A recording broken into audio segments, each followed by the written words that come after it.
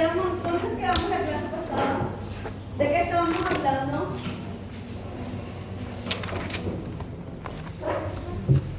De acá hablamos la clase pasada.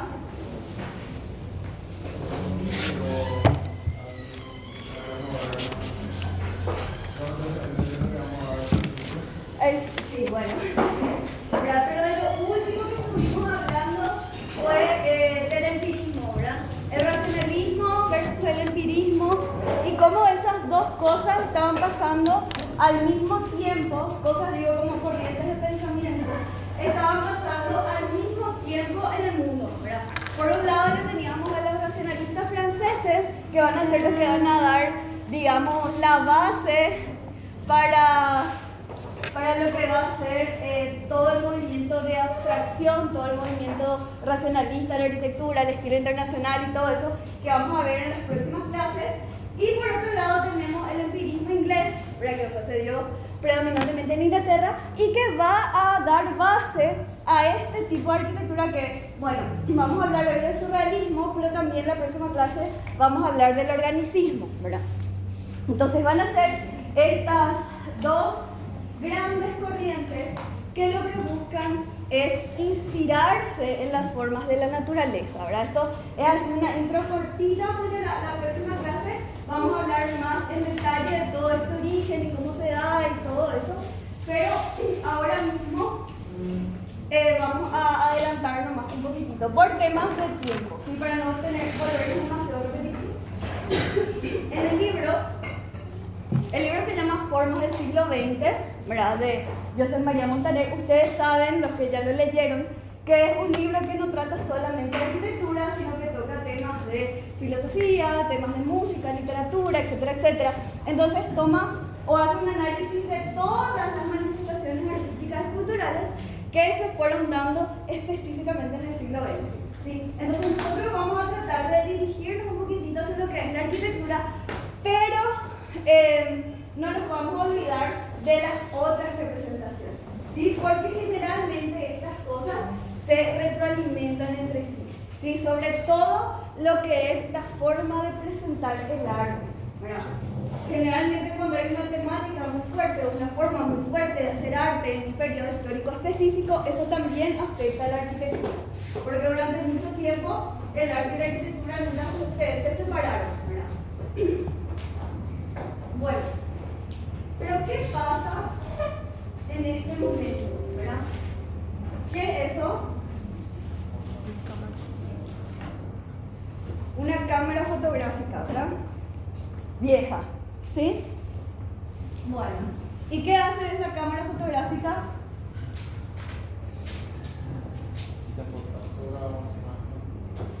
Quita fotos, ¿verdad? Que eso quiere decir capturar una imagen. Una imagen así mismo como es, ¿verdad? Así mismo como se presenta a los ojos objetivamente de una persona o, en este caso, de una cámara, ¿verdad? Hasta ese momento, ¿verdad? Que ¿alguien sabe cuándo se inventó eso? ¿Alguien puede buscar en Google cuándo se inventó eso? 1839 por ahí, ¿verdad?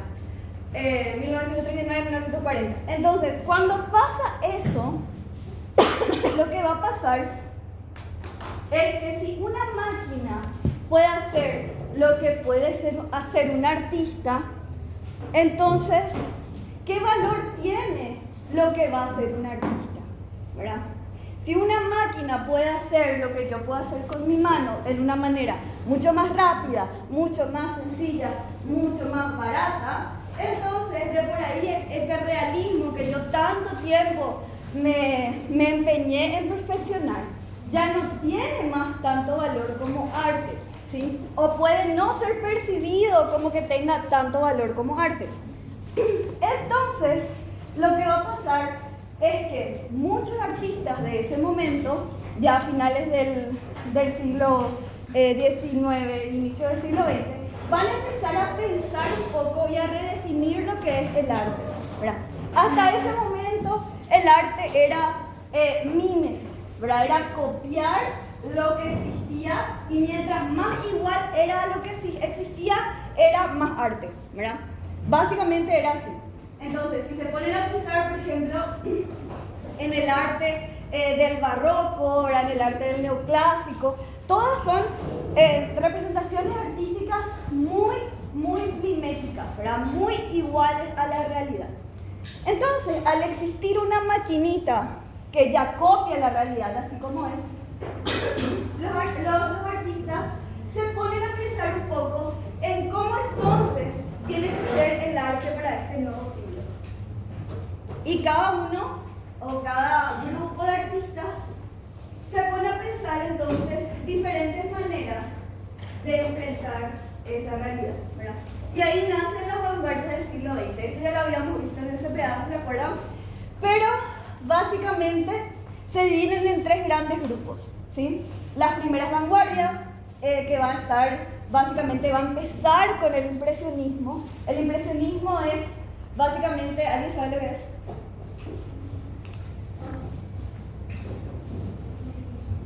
¿Qué quiere captar el impresionismo?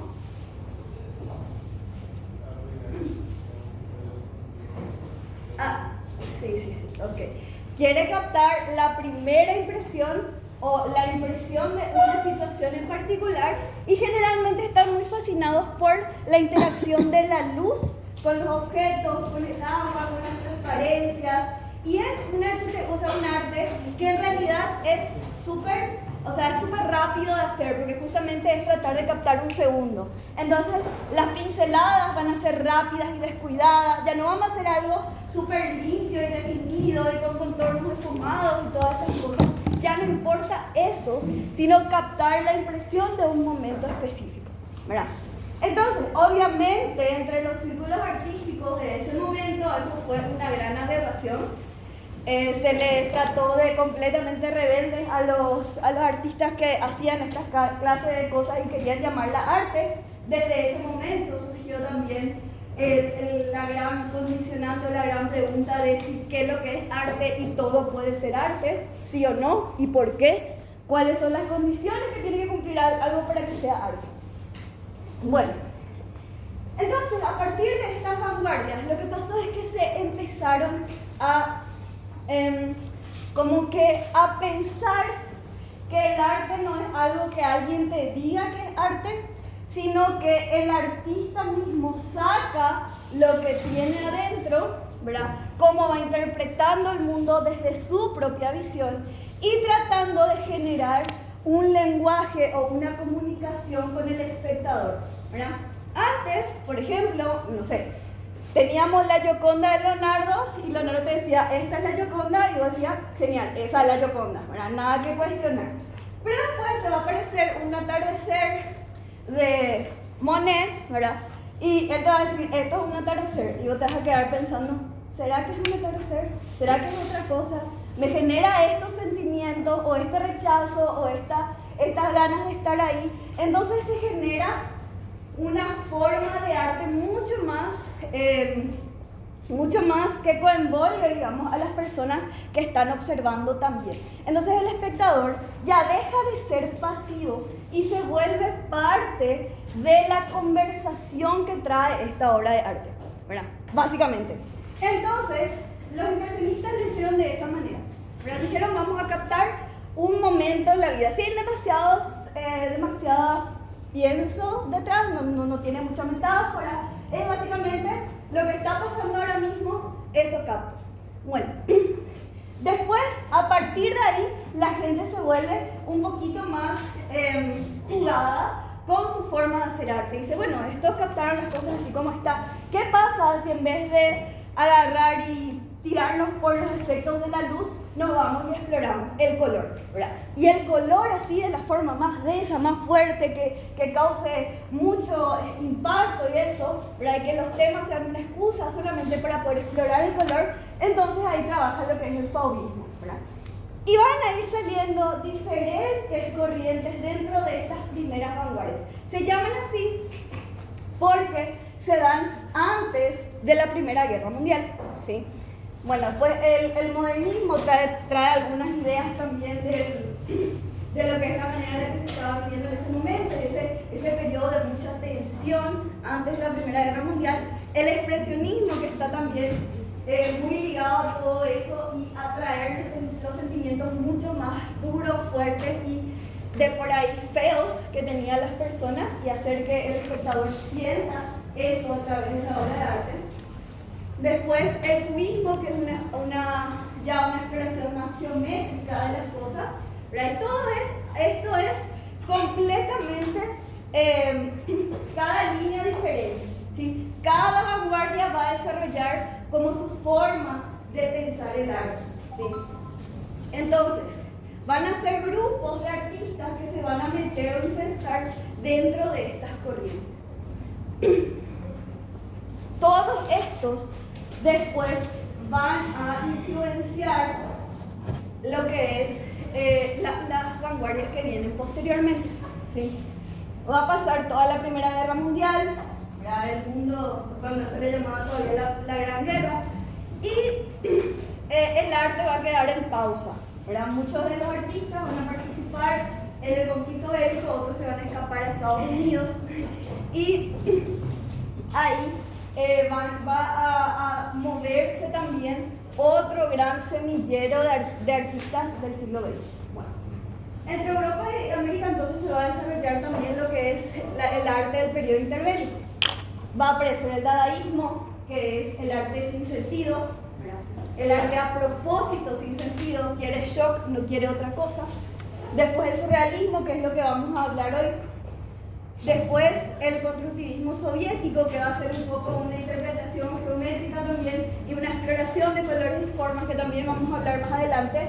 Y el neoplasticismo y la escuela de la Bauhaus, que van a ser súper importantes para el desarrollo de la arquitectura racional, ¿verdad? O racionalista. Después de la Segunda Guerra Mundial van a aparecer otras vanguardias, ¿sí? Ya siempre tomando algunas cosas de las vanguardias anteriores, ¿sí? Son siempre reinterpretaciones. Los artistas nunca nacen y dicen, hoy voy a ser surrealista, ¿verdad? Generalmente suelen pasar por un proceso de exploración hasta encontrar su propia forma de expresar su arte. Entonces, en la posguerra va a aparecer el expresionismo abstracto, que va a tomar temas del expresionismo y del neoplasticismo, por ejemplo. Después el pop art y el pop art, que va a tomar elementos del surrealismo. El happening, que va a tomar también elementos del dadaísmo y del surrealismo. El land art, que va a ser involucrar el paisaje en el arte, la intervención del paisaje a una escala mucho más grande. El happening, que va a también tomar elementos del surrealismo. El arte povera, que es volver al arte de la gente de antes, ¿verdad? Y el hiperrealismo, que es otra vez la negación de todo esto y volver otra vez al realismo que había antes de la cámara fotográfica. Entonces ahí como que se cierran estas vanguardias y empieza ya lo que se conoce como arte contemporáneo, que son otra vez derivaciones de todo esto. Entonces, ¿por qué es importante saber esto? Porque, como se dan cuenta, acá el arte ya no es más, como decíamos hace rato, figurativo o mímesis, sino que se abstrae, ¿verdad? Se abstrae de una manera que puede cambiar de acuerdo a la vanguardia, puede seguir diferentes tipos de reglas según la vanguardia dentro de la que se encuentra, pero ya no busca más parecerse a la realidad, busca cosas diferentes. Busca captar una sensación, generar una discusión, hacer que la persona se involucre con el arte, ¿verdad? Ya sea de una manera que le guste, de una manera que odie. Igual, ¿verdad? Todo es arte. De hecho, vamos a ver cuando veamos crítica tipológica un poco de cosas un poco horrendas, ¿verdad? Pero hace parte, digamos, de esa idea de que el arte ya no tenía más por qué servir a la gente que podía pagarlo, ¿verdad? Sino que se mostraba casi la mayoría de estos como una especie de contracultura, ¿sí? Como una especie de queja sobre lo que estaba pasando, una manera de contar cómo estábamos incómodos con todo este tema de la Primera, de la Segunda Guerra Mundial y todo eso, ¿sí? Entonces se vuelve justamente un mecanismo de expresión y de documentación gráfica, abstracta claramente, de lo que estaba pasando en ese momento en el mundo. ¿Todo bien hasta acá? ¿Preguntas sobre la vanguardia? Bueno, igual esto lo vamos a ir tocando a medida que vayamos avanzando también con las clases. Esto es así algo súper distinto. Entonces entramos a lo que es el surrealismo. ¿Qué sabemos del surrealismo? ¿Alguien sabe algo?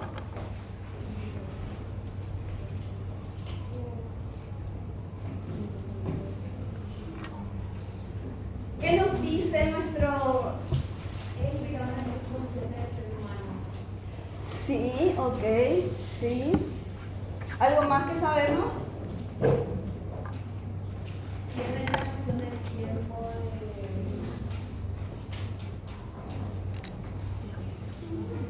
Ok, tiene su propio tiempo, vamos a decirlo así. Ok. ¿Algo más? Bueno. El surrealismo obviamente no es que brota de la nada, ¿verdad?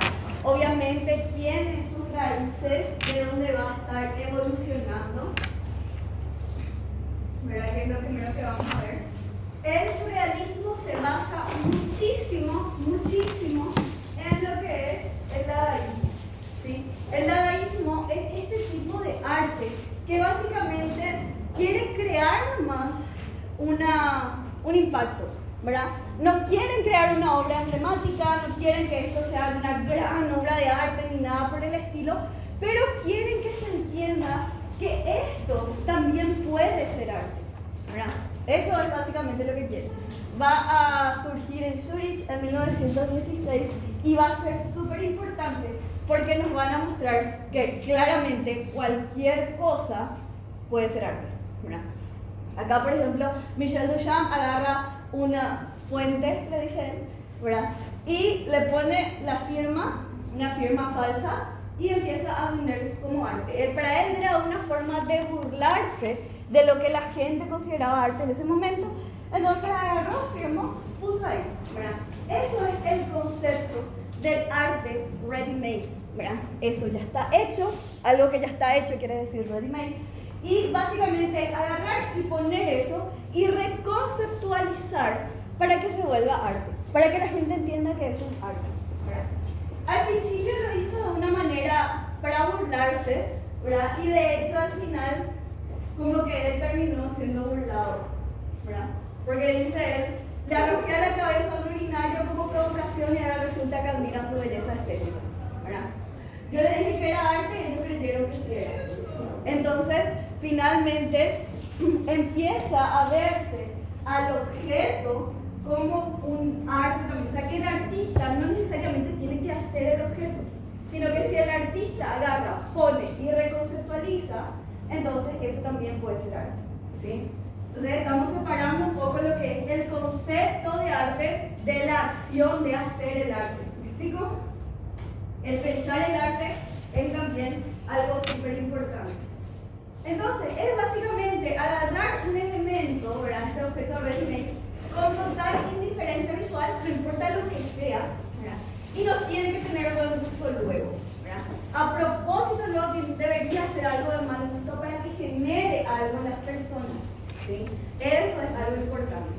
Eso era algo muy poderoso que tenía el dadaísmo, ¿verdad? Que quería justamente, sale luego su nombre del dada, ¿verdad? Que básicamente era la primera palabra que dicen los bebés cuando empiezan a hablar, ¿verdad? Cosas sin sentido, balbuceos básicos, y a partir de ahí empiezan a desarrollar también ciertos mecanismos de cómo tratar ese inconsciente y ese automatismo de generación de cosas sin sentido, ¿verdad? Eso entonces por un lado. Una raíz muy importante del surrealismo es el dadaísmo. Otra muy importante, que es lo que mencionaba la compañía hace rato, es Sigmund Freud y el psicoanálisis. ¿Verdad? Esta idea de que el ser humano tenía un inconsciente, ¿verdad? Habla de un yo, un super yo y un ello, ¿verdad? Un yo consciente, un super yo escondido y un ello completamente inconsciente.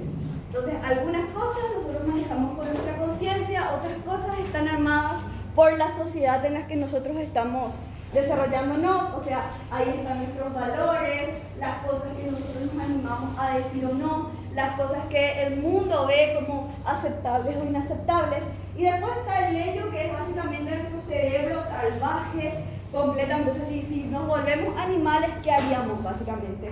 Es ese inconsciente. ¿Qué pasaría si es que no tendríamos todas las normas de la sociedad atándonos o diciéndonos cómo tenemos que hacer las cosas. Entonces, básicamente tenía como esta estructura y él, bueno, hablaba de que el hombre podía agarrar y entenderse o sanarse o saber cómo funcionar mejor cuando exploraba su ello, ¿verdad? Y trataba de encontrar la respuesta en esa parte inconsciente, porque hay muchas cosas que nosotros, o sea, que el hombre hace sin darse cuenta y que en realidad tiene raíz en lo inconsciente.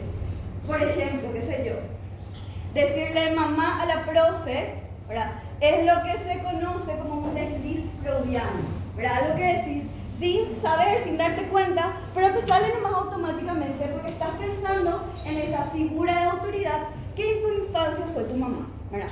Así como pocas palabras explicando más y rápido. Entonces, básicamente, este interés por ese ello, por ese escondido, por eso inadmisible que nadie va a admitir que tiene, eso es lo que le va a llamar la atención a los surrealistas. Entonces vamos a irnos básicamente a lo que es el mundo de los sueños. Acá seguramente que nadie me va a querer contar ningún sueño que tuvo, ¿verdad? Pero hay muchas veces que en los sueños se rompen las leyes de la física, ¿verdad? La gente puede volar, de repente vemos gente que ya no está, de repente vemos situaciones que son completamente imposibles en cuanto a tiempo y espacio, por ejemplo, ¿verdad? Que de repente en una parte del sueño estamos, no sé, en Asunción, en la siguiente parte del sueño estamos en la luna, ¿verdad? Entonces, son cosas, ¿verdad?, que no tienen sentido. Rompen las reglas de la física, del tiempo, del espacio y básicamente exploran todo eso que nuestro ello quiere contarnos y no sabe cómo. Entonces, básicamente en los sueños es cuando el ello realmente se manifiesta. Por eso una parte muy importante del psicoanálisis es justamente el análisis del sueño, o sea, de los sueños, ¿verdad? Que soñé que se me caían todos los dientes, ¿verdad? Y el psicoanalista te va a decir que es ansiedad, ¿verdad? Entonces básicamente le hacen esos paralelismos, ¿verdad? Obviamente después van a surgir otras teorías que tengan que ver con la psicología humana y el psicoanalismo hoy en día ya quedó desfasado. Pero a momentos de creación del surrealismo esto va a ser algo súper importante porque va a ser la primera vez en la que se le va a tomar al ser humano como objeto de estudio y no solamente como objeto de estudio objetivo, sino su interpretación subjetiva de todo lo que le está pasando ahí en la mente, ¿verdad? Eso también es algo súper importante. Entonces, también va a surgir esta teoría que tenía Freud de que el lenguaje reinterpretado como vínculo va a ser la relación entre la razón y el inconsciente. Entonces, el lenguaje, justamente que es lo que le decía el desliz freudiano, ¿verdad?, va a ser el vínculo entre nuestro yo consciente y nuestro yo inconsciente. Entonces, a veces, sin querer, vamos a decir cosas irracionales, vamos a decir cosas que no tienen sentido, cosas de las que vamos a avergonzarnos, ¿verdad? Vamos a tener miedo, vamos a mostrar dudas, todo eso a través del lenguaje. Por eso también es que parte inicial de una parte de su terapia era experimentar con ciertos alucinógenos o algo así para hacer aflorar esa parte, ¿verdad? Por eso también se dice que los niños y los borrachos nunca mienten, ¿verdad? Porque justamente no tienen esa parte consciente que frena la expresión de su ello. Entonces, por eso es que, tiene todo esto. Entonces, el surrealismo en sí agarra su nombre de lo que es surreal, ¿verdad? Surreal por encima de lo real, por encima de lo que nosotros controlamos o podemos entender como realidad y sobre todo una expresión muy grande de ese inconsciente, ¿verdad? De ese inconsciente que tiene la persona. Cada persona tiene un inconsciente diferente, pero hay teorías que dicen que hay ciertos elementos de nuestro inconsciente que nosotros podríamos estar básicamente compartiendo, porque también está dado por ciertos temas evolutivos y también ciertos temas culturales. Pero bueno, eso es algo un poco más confuso.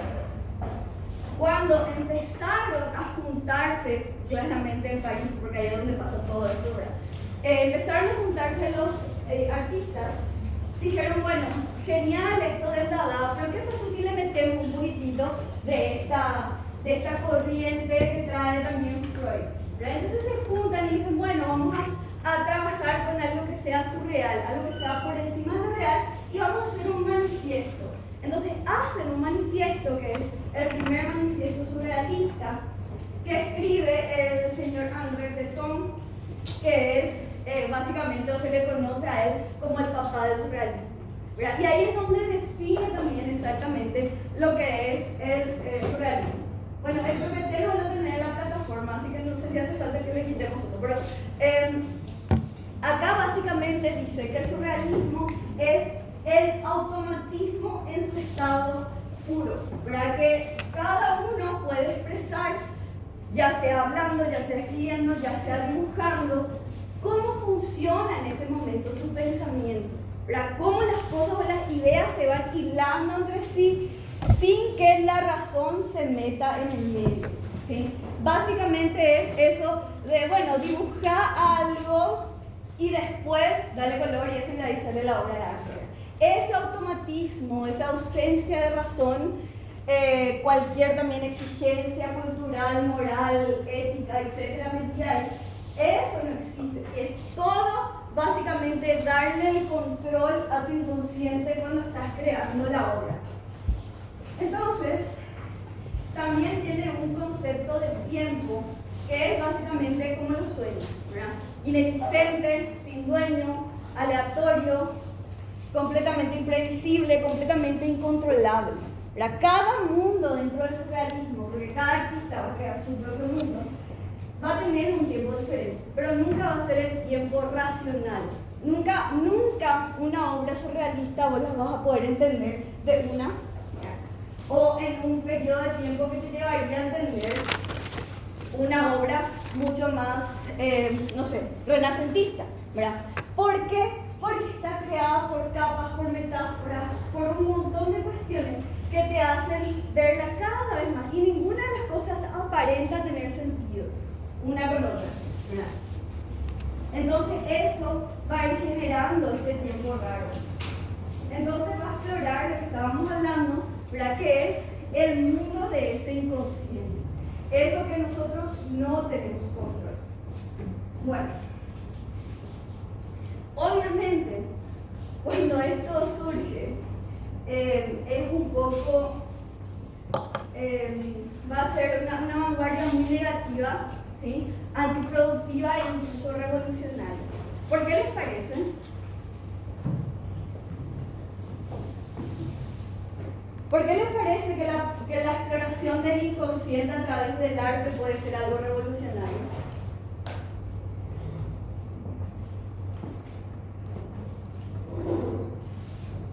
Bueno, estábamos hablando, ¿verdad?, de que estábamos en un contexto, acá vamos a volver al año del manifiesto surrealista, ¿verdad?, que tenemos 1916 más o menos. Acá, en 1920 más o menos se escribió este manifiesto surrealista.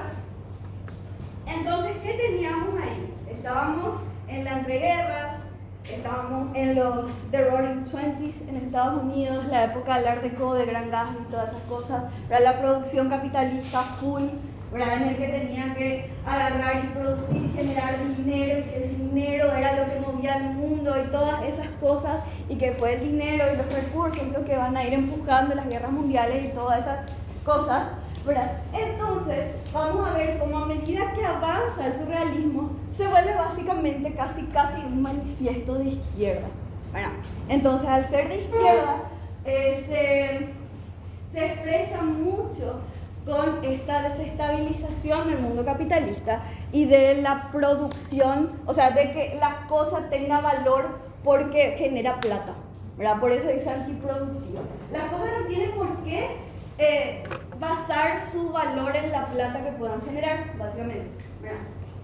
Entonces, era negativa porque era una crítica respuesta a la situación que estaba pasando en ese momento en el mundo era antiproductiva claramente, porque ninguna de las obras surrealistas van a agarrar y van a esperar ser vendidas. O sea, cuando Dalí hizo esta, Sofía, ¿verdad? Él no pensó, o sea, no estaba pensando en qué cosa preciosa me van a pagar muchísimo dinero por esto, ¿verdad? Él hizo un assemblage, hizo ¿cómo se dice en español?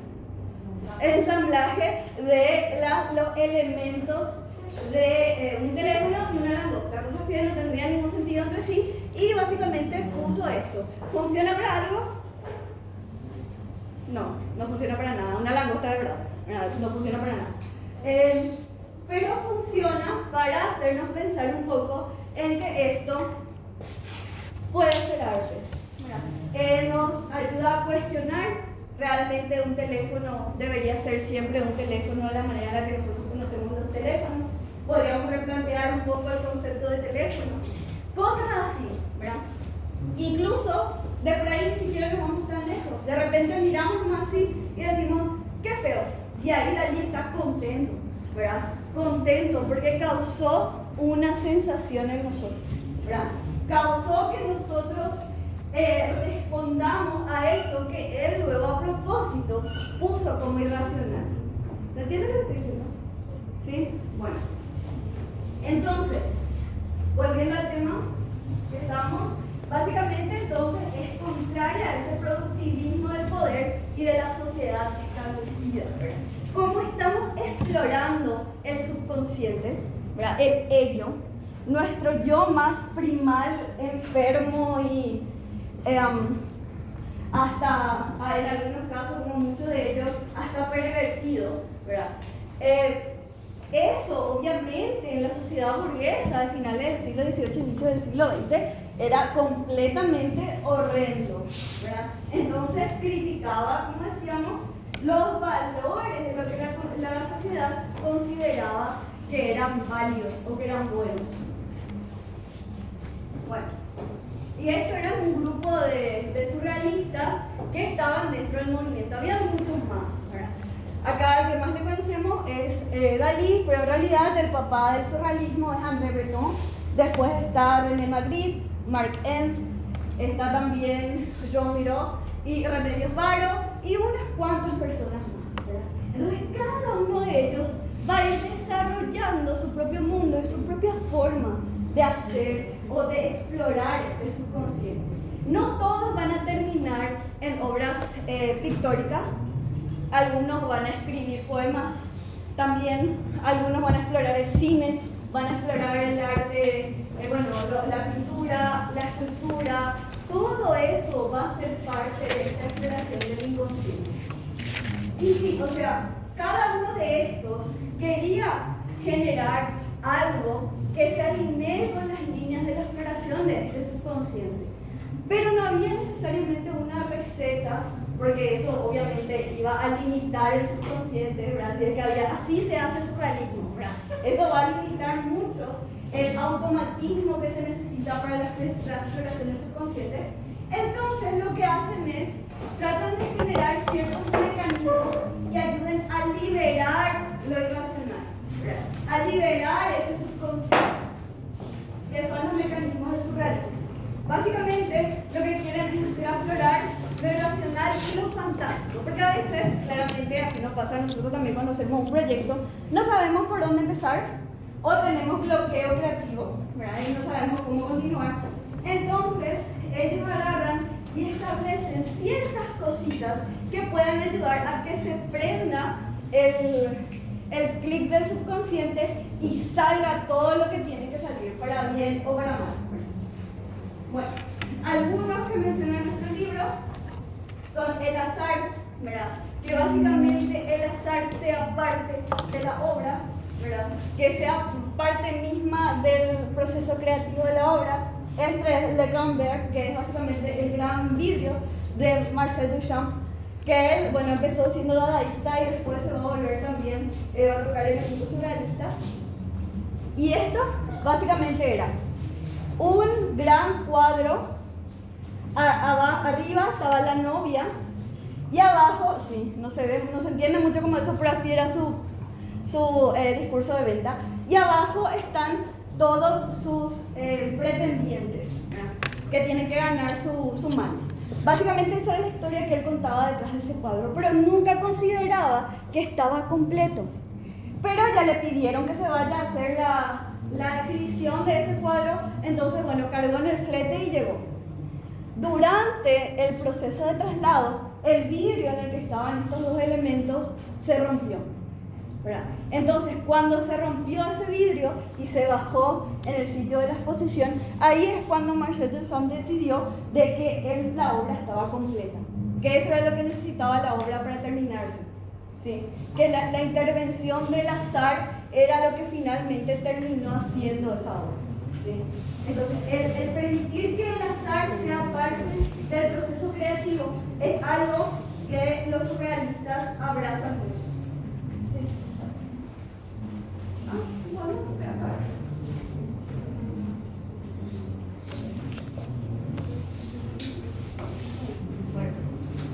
Otro que tenemos es la escritura y dibujo automáticos. Sí, es básicamente entrar en un estado de trance que puede ser ayudado o no por algún tipo de sustancia y se empieza a generar formas, ¿sí? Formas random, así, ¿verdad? Algo automático y que después uno decide cuándo parar y trata de interpretar lo que sea que se generó en la forma. Acá, por ejemplo, André Masson hace el dibujo automático, ¿verdad?, en estas obras. Entonces puede tener otro sentido, pero básicamente acá lo que es interesante es el proceso, ¿sí? El proceso de creación de la obra, que después esto va a influenciar muchísimo en lo que van a las otras funciones y de otros tipos de vanguardia y incluso arquitectura que van a venir después. Después está el ensamblaje, los objetos surrealistas, que es básicamente agarrar y juntar cosas o ensamblar cosas que tengan o no tengan sentido entre sí, ¿verdad? Una plancha, por ejemplo, como hizo Man Ray, ¿verdad?, que se llama The Gift, el regalo, ¿verdad? Y esa plancha sirve para planchar. ¿Sirve para planchar? No, ¿verdad? ¿Por qué? Porque va a romper toda la ropa con los clavos que tiene, ¿verdad? Entonces, ¿tiene sentido una plancha con clavos? No, ¿verdad? Justamente eso era su objetivo, ¿verdad? Otra cosa es también agarrar elementos que pudieran no ser usados para la función que quieren o que deberían ser usados y se ponen de otra manera. Fue todo el enfoque de la casa Schiaparelli de moda, ¿verdad?, que sigue hasta hoy, que tuvo grandes colaboraciones con Dalí y que hizo este famoso shoe hat, ¿verdad?, el zapato, o sea, el sombrero zapato. Y otros elementos que también van a ser incorporados a la alta costura, sobre todo en la casa Schiaparelli. Después, obviamente, eso va a ir llevándose a otras casas, pero la identidad de esta casa de alta costura, por ejemplo, tiene raíces muy surrealistas. De hecho, hasta ahora las personas que agarran la dirección creativa de esa casa de alta costura también siguen mucho todavía estas líneas surrealistas. Bueno, otra cosa importante, el collage, algo que también los dadaístas ya exploraron, es encontrar elementos gráficos, ¿verdad?, elementos así de texturas visuales, de texturas táctiles mismas, que se van agarrando y pegando juntas para crear una imagen. Esto, por ejemplo, también es una colaboración de Salvador Dalí con Amanda Lear, que es una cantante, y hizo parte de su vestuario, y este es un abanico que está creado de collage. Pero el collage no solamente aplica a estos temas tan gráficos, ¿verdad? También puede aparecer en la forma de crear literatura. Agarrar, cortar un montón de palabras, hacer así, como cae, ese es el poema surrealista, ¿sí? O sea, eso también puede ser parte de la creación por collage. Entonces, es soltar ese subconsciente. Otra cosa es la decalcomanía del deseo, le dicen, que básicamente es crear formas al azar a medida de que se va pintando con cera, un dibujo automático con cera, y después se le tira algún tipo de pintura que sea rechazada por esa célula. Se tapa, se cierra, se hace así, ¿verdad? Básicamente se le mueve un poquitito y después se vuelve a abrir para generar estas formas, ¿verdad? Eso también ayuda a que un poco la pintura se vaya ubicando donde quiere, resaltando ciertas partes nomás y generando entonces un poquito de ese azar en lo que es la creación del arte. Otro mecanismo es el frottage, agarrar y básicamente ir coleccionando texturas. Si se agarra una hoja de papel, se encuentra una textura en el mundo así, se pone la hoja de papel encima, se pone un grafito y se va copiando la textura. Solamente en el jardín de infantes o en la escuela o en la que alguna vez habremos hecho algo así, ¿verdad? Básicamente ir encontrando estas texturas e ir combinándolas de una manera interesante y completamente al azar, claramente. Otro es el grattage, que básicamente es hacer una capa y capa y capa y capa de color sobre una base, después pintar todo eso con color negro e ir rayando para dejar al descubierto las diferentes líneas de color de las diferentes capas. Entonces, mientras más uno va rayando o gratando, haciendo, arañando, más, o diferentes colores se van a ir formando. Entonces se generan también estas formas oscuras, interesantes, muy random, que son muy características también de dejar que el inconsciente se vaya todo, básicamente. Es una figura de Marx que se llama el bosque. Después está el fumage, que básicamente es la creación de arte a través del fuego, ¿verdad? De la huella de humo que puede dejar el fuego o un cigarrillo o algo así, y que ayude a crear las formas random de ese inconsciente, ¿verdad? Básicamente puede hacerse también con vela, con cualquier cosa, siempre que sea un fuego o un humo que manche la hoja y genere la forma. Después, otra cosa importante son las formas de la metamorfosis, que son básicamente ir creando o ir mutando elementos, ¿verdad? De por ahí tenemos, no sé, un hombre y una naranja que podrían no tener sentido juntos, ¿verdad? Pero en este caso están relacionados en una obra. Entonces se van mutando entre personas, animales, objetos y se van otra vez ensamblando entre sí para ir creando estos cambios grandes. Otra cosa también que podemos atar a las formas de la metamorfosis es el tema del cadáver exquisito, ¿verdad? Que es también una forma de trabajar el azar en el que básicamente una persona empieza el diseño, dobla, esconde esa parte del dibujo y le pasa a otra persona a que continúe el dibujo. Esa persona vuelve a esconder su parte y otra persona dibuja. Entonces cada uno está dibujando ciegamente, no sabe qué dibujó la persona anterior. Después se abre todo y queda esta forma metamorfoseada que tengan o no sentido, pero justamente sale eso casi inquietante del inconsciente. Y por último está el tema de la metáfora, ¿verdad? Obviamente ese inconsciente a veces quiere traer algún mensaje o trabajar algún tema en particular. A los surrealistas les encantó la exploración del cielo. Del cielo van a ver en muchísimos cuadros surrealistas mucho cielo, mucho espacio libre, mucho infinito, ¿verdad? Mucho infinito justamente por la exploración de ese inconsciente infinito, ¿verdad? La posibilidad de que muchas cosas hayan mucho más allá. También el hecho de van a haber muchas nubes, porque todo el hecho de poder volar y eso es algo muy asociado a ese inconsciente y a ese gusto del hombre por eso. Y obviamente la poética detrás, ¿verdad? Por ejemplo, en esta decalcomanía de René Magritte, él básicamente lo que trata de capturar es justamente la inmensidad del infinito que tiene adentro un hombre, ¿verdad? Básicamente, en pocas palabras. Entonces, tratan de trabajar mucho lo que es este tema de la metáfora, que por más de que es digamos, un recurso de la lingüística, también puede aparecer en el arte. Bueno, y cada autor va a ir desarrollando su personalidad, ¿verdad? Vemos una figura o una obra de Dalí es muy diferente a una obra de Magritte, ¿verdad? Por sus técnicas pictóricas, por sus elementos que usa, ¿verdad? Por ahí a Magritte nunca le vamos a ver con esos animales patudos altos, ¿verdad? Y a Dalí de por ahí muy pocas veces lo vamos a ver de cosas tan cubiertas. Él es muchísimo más expresivo con él, ¿verdad? Muestra muchas más cosas. Entonces cada uno va a ir desarrollando su forma de expresar el surrealismo de acuerdo a sus propias pesadillas, ¿verdad?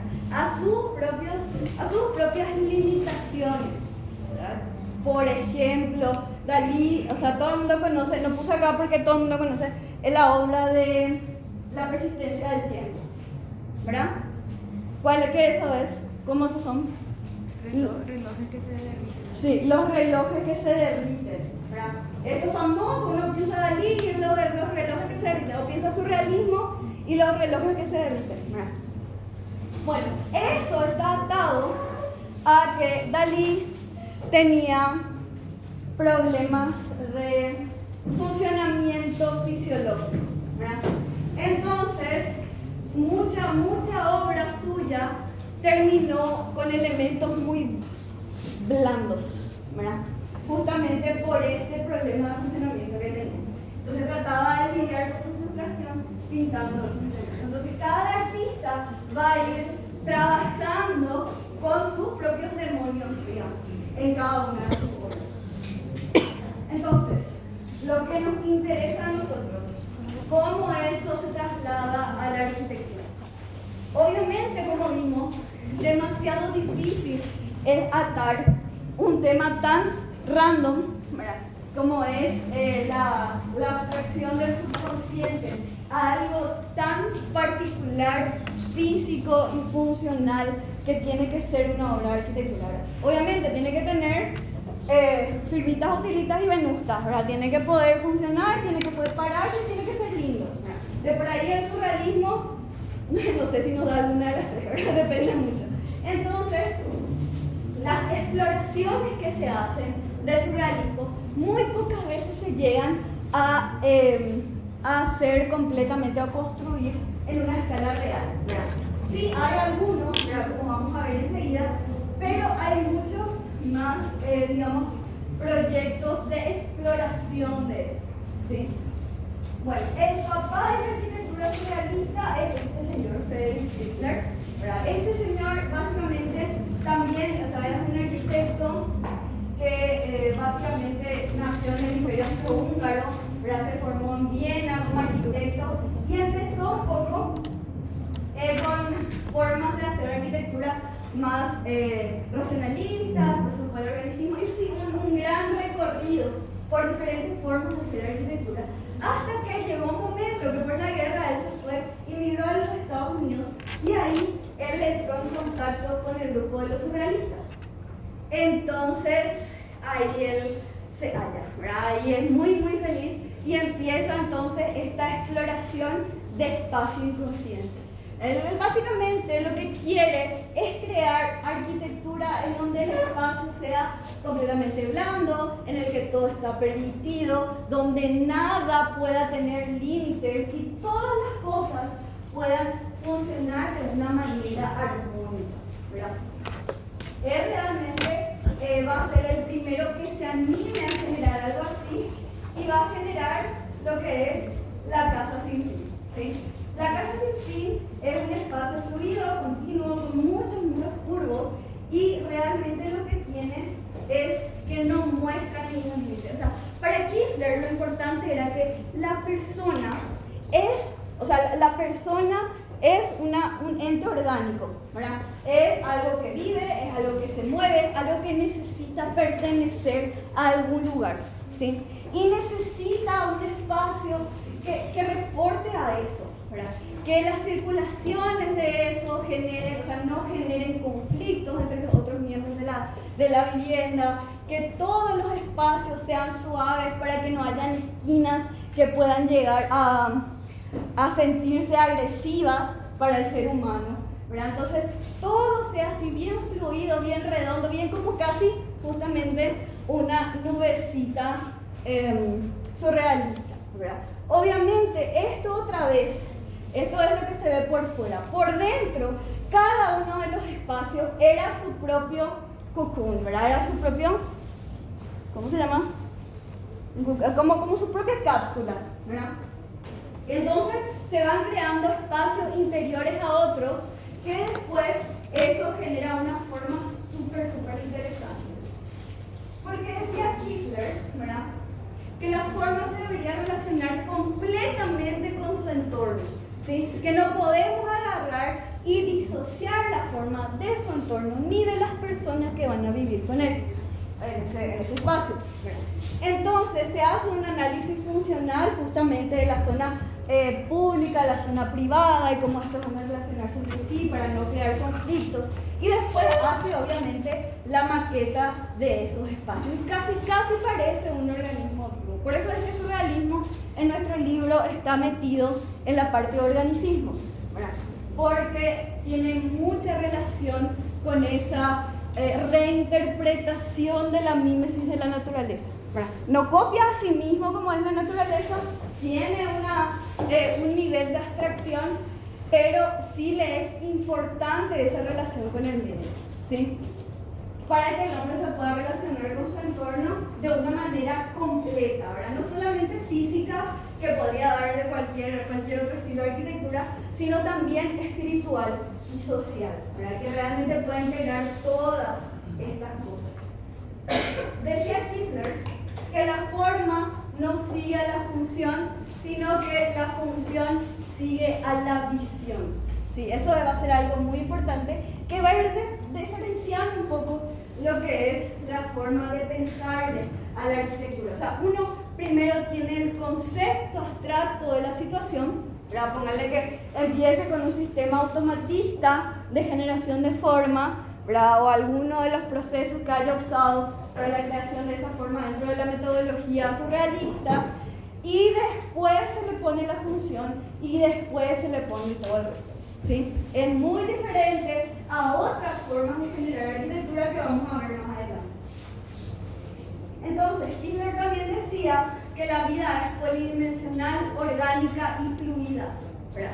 Eso quiere decir que un espacio prismático, rectangular, cuadrangular, de líneas rectas no va a ser capaz jamás en la vida de dar una explicación o de dar una buena contención a la actividad humana, ¿verdad? O sea, es así totalmente lo contrario a la arquitectura de la abstracción que vamos a ver más adelante, o sea, el movimiento moderno y todas esas cosas, ¿verdad? Acá necesitamos formas suaves, formas que realmente respondan a ese movimiento orgánico del ser humano. Esta otra de sus obras, una de las pocas que realmente se hizo entre estos conceptos, que es el Santuario del Libro de Jerusalén, y que, bueno, sí tiene muchas formas racionales, ¿verdad? Pero la parte surrealista de la obra es justamente donde están los rollos del Mar Muerto, que tienen así, tienen una forma casi como si fuera una caverna subterránea, y tiene ahí toda una metáfora también atrás, ¿verdad?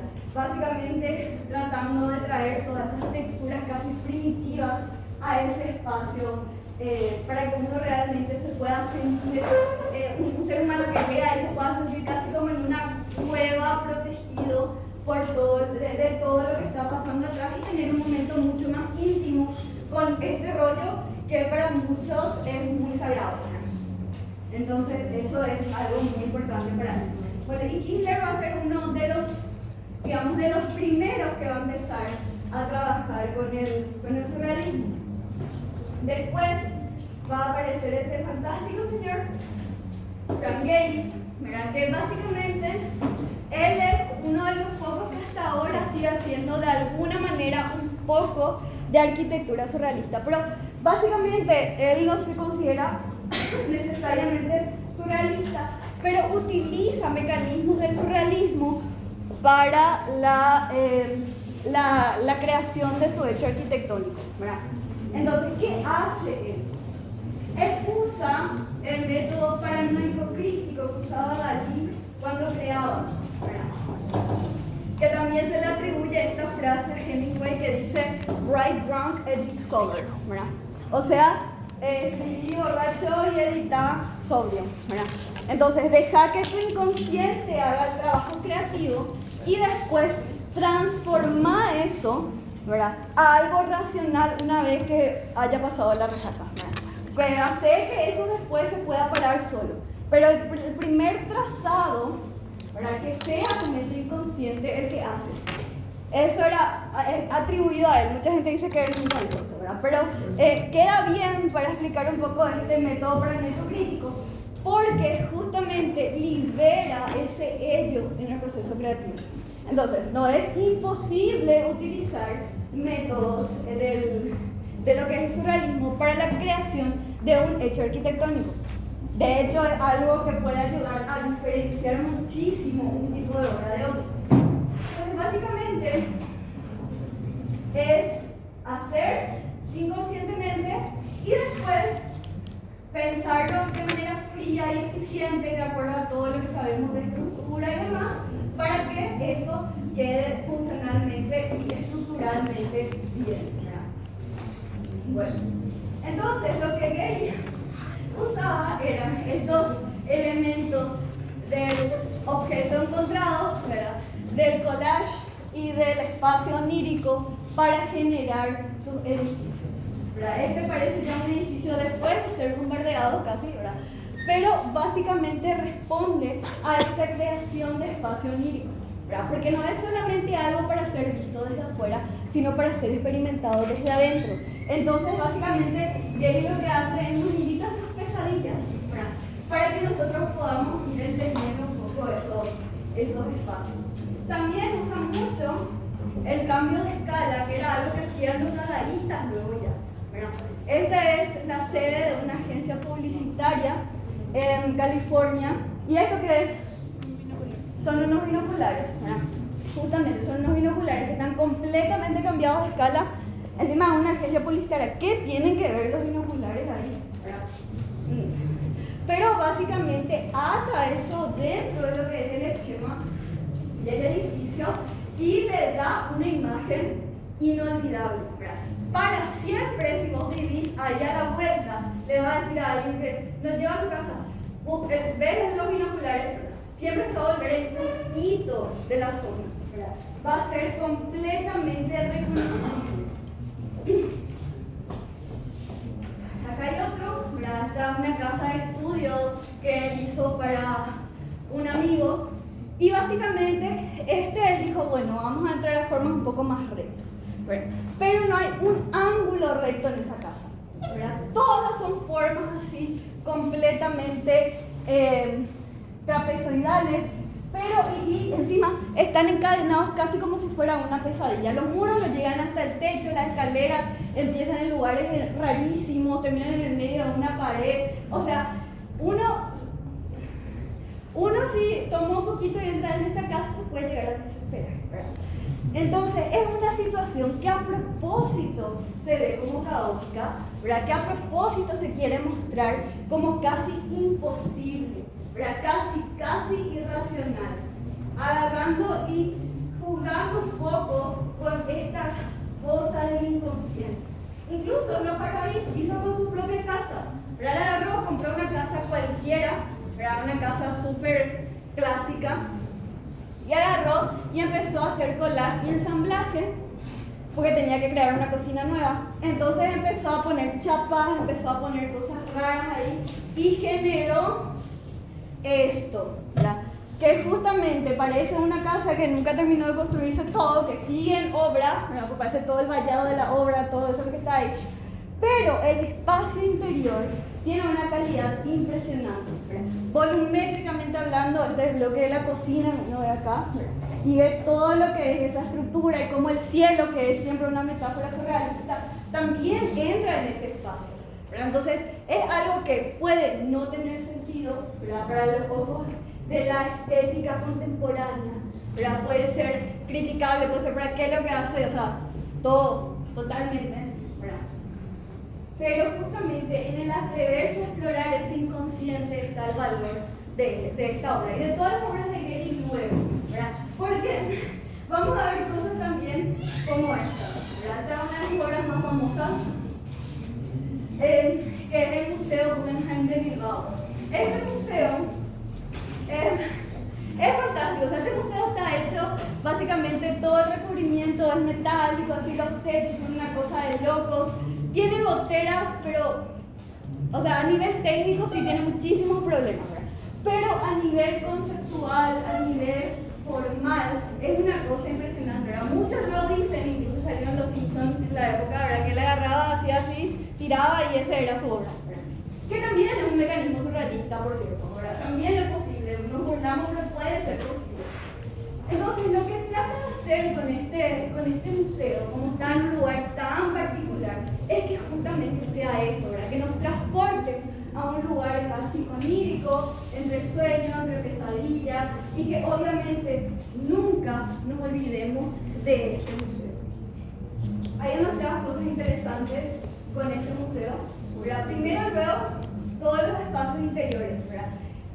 Siempre se organizan todos de una manera fluida, que es algo que es muy importante para los museos, ¿verdad? Que recién en el siglo XX eso se va estructurando de una mejor manera, porque antes era salita, salita, salita, salita, ¿verdad? Si alguna vez fueron a algún museo renacentista, barroco, neoclásico, van a ver que todos son salitas, salitas, salitas. Entonces, a partir del siglo XX se empieza a reestructurar el recorrido de los museos. Vamos a ver la próxima clase con la obra de Frank Wright, por ejemplo, el Museo Guggenheim de Nueva York, este es el de Bilbao, y tiene también esa misma lógica, ¿verdad? Mucha relación entre horizontales, verticales y muchísima luz natural, ¿verdad? Eso también es algo muy importante. O sea, uno tiene que pasar entre espacios de luces y sombras para que justamente cree este sentido de, digamos, sueños, ¿verdad? Porque todos estos muros curvos también nos hacen pensar que estamos en algún tipo de lugar en el que nuestra visión se está deformando, ¿verdad? Porque tenemos muy anidada en nosotros la idea de que todos los muros tienen que ser rectos, todos los recorridos tienen que ser eficientes, todos los hechos tienen que tener lógica, ¿verdad? Y justamente lo que quiere hacer Gary es decir que eso no es así, ¿verdad? ¿Por qué tenemos esto? Estos son los dos museos Guggenheim, ¿verdad? Más famosos. Este es el de Nueva York, que vamos a ver en la próxima clase, y este es el de Bilbao. Este es justamente una reinterpretación de este si uno estuviera en una pesadilla, ¿verdad?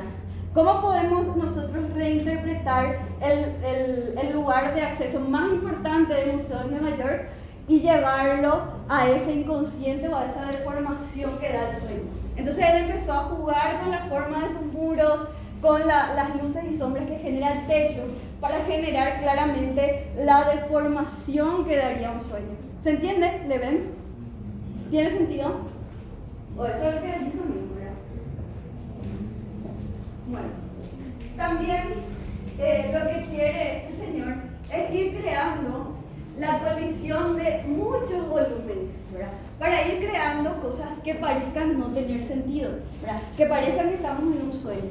Entonces tenemos bloques volumétricos muy anchos que después para tocar el suelo se vuelven mucho más finitos, ¿verdad? Temas que podrían no tener sentido estructuralmente hablando. Temas que, por ejemplo, los pilares que se vayan torciendo, ¿verdad? Para llegar hasta el techo. Elementos que parezcan que están flotando de cierta manera. Todo eso hace parte de traer ese espacio onírico a lo que es la arquitectura. Y obviamente, cuando se ve así, también esta obra parece un organismo vivo, ¿verdad? Parece un organismo con miembros. De hecho, también la manera en la que todo el recubrimiento, que es metálico, que es reflectivo, interactúa con el sol en las diferentes horas del día, parece algo como que se estuviera moviendo o como que está cambiando de acuerdo al momento del día en el que vos estés mirando. Se parece casi también como algo vivo dentro de ese espacio. Entonces, lo que nos quiere traer Gehry con su obra es justamente la experimentación de eso fantástico, maravilloso, que claramente tenía mucha plata para hacer, ¿verdad? Porque no todos pagarían algo así. Pero justamente por eso es que hasta hoy, a sus 95 años, sigue haciendo arquitectura, porque justamente no le dejan descansar de tan bueno que es. Bueno, un ejemplo último que es más regional es el ejemplo de Clorindo Texta, ¿sí? Él básicamente había nacido en Italia, pero vivió toda su vida en Argentina, entonces se le considera un arquitecto argentino. Él básicamente empezó siendo brutalista, ahora que también vamos a ver más adelante eso, qué significa, pero también va a tener muchos elementos de surrealismo en su obra. Clorindo Texta va a experimentar muchísimo con los mecanismos del surrealismo que tienen que ver con la metáfora, ¿verdad? Va a trabajar mucho lo que es la metáfora y va a tratar siempre de crear algo que sea impresionante. Ustedes, me imagino que en algún fin de semana son capaces de irse a Buenos Aires, ¿verdad? Y van a poder ver esta cosa fantástica que es la Biblioteca Nacional de Buenos Aires, ¿verdad? Esta obra, como ven ahí, tardó en construirse bastante tiempo, ¿verdad? Empezó en 1962, terminó en 1992, ¿verdad? ¿Por qué? Porque Argentina, ¿verdad? Argentina en ese momento y hasta ahora habrá tenido un proceso de inestabilidad política muy jodida, ¿verdad? Estaba de golpe de Estado, en golpe de Estado, en golpe de Estado. Entonces, desde el momento en el que se adjudica la obra para, no se le paga, un quilombo fue, ¿verdad? Pero tarda todo ese tiempo para que finalmente en el 92, ya después de todas las dictaduras que vinieron antes, cuando se empezó recién, se inaugura lo que es la Biblioteca Nacional. Y básicamente lo que Clorindo, mi amigo Clorindo, lo que Clorindo Texta quería hacer era básicamente que esto se entienda como una nube sostenida ahí en el cielo, ¿verdad? Por eso también agarró y utilizó todo lo que es el paisajismo alrededor para que parezca que esconde lo que es la estructura, ¿sí? Entonces se ve solamente la parte superior como una nubecita, de forma cuadrada, ¿verdad? Tenía su forma de proyectar, pero casi flotando sobre ese espacio. Aparte también se ve casi como si fuera un cuadrúpedo, ¿verdad? Tiene 4 bloques bien diferenciados donde están todas las circulaciones y eso, que son los que llegan al suelo, y después tiene todo lo que es la zona útil del edificio, ¿verdad? Y se va despegando del suelo para que toda la parte de abajo, muy a lo racionalista, ¿verdad? Se use como una plaza, ¿verdad? Y todo eso no niega de su nación, no niega sus orígenes, pero todo el resto de las cosas y toda la poética que hace a este edificio tiene esas líneas surrealistas. Y todo sube arriba. Entonces, lo que hace es poner la sala de lectura arriba, ¿verdad? Que tiene las mejores vistas de la ciudad, bueno, hasta ese momento, porque no había tantos edificios altos como hay ahora, ¿verdad?